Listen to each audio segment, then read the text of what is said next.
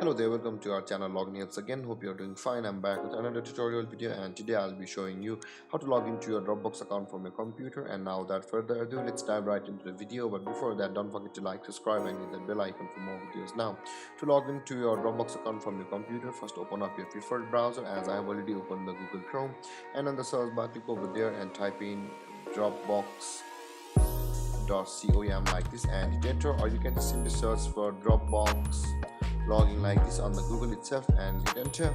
And on the first result of Google result, there is the Dropbox.com's login site. Click over there, and on the first tab we are still on the home page of the Dropbox itself.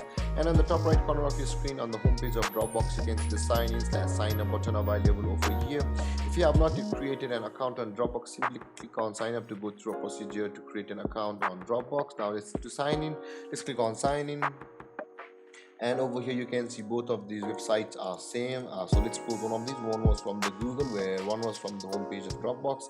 Now to log into your Dropbox account from your computer, enter your email address over here, and after that enter your password over here, and then click on sign in to log into your Dropbox account.